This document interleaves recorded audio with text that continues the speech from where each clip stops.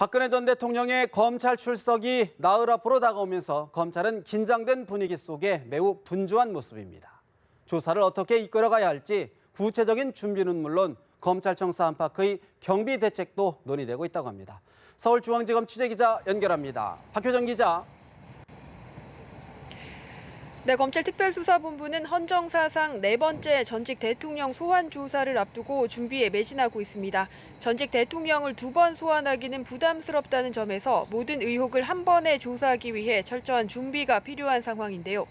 수사팀은 지난해 말 1기 특수본 수사 내용과 박영수 특검팀 수사 결과 등을 토대로 박 전 대통령 질문 사항을 정리하고 있습니다.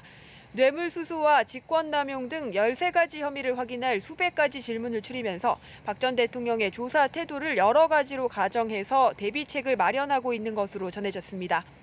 무엇보다 소환 당일 검찰청사에는 수많은 취재진들과 박 전 대통령 지지자들이 몰려올 것으로 예상돼서 청사 안팎 경비에 각별히 대비하고 있습니다.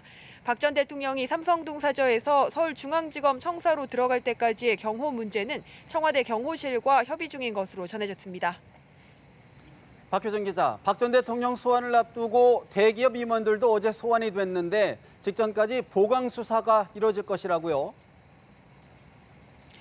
네, 그렇습니다. 검찰은 박 전 대통령 소환 직전까지 마지막 증거 확보를 위해 대기업 등을 상대로 수사를 계속하고 있습니다.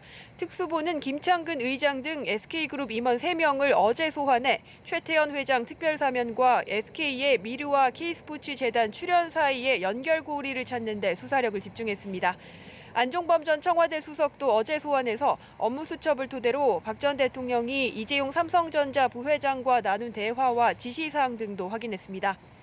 검찰은 당장 이번 주말과 휴일 동안 필요하다면 구속수감 중인 이재용 부회장을 비롯해 안종범 전 수석과 최순실 씨 등을 불러 조사할 것으로 관측됩니다. 또 SK와 롯데, CJ 등 대기업 고위 임원들을 추가로 소환할 가능성도 있습니다. 서울중앙지검에서 연합뉴스TV 박효정입니다.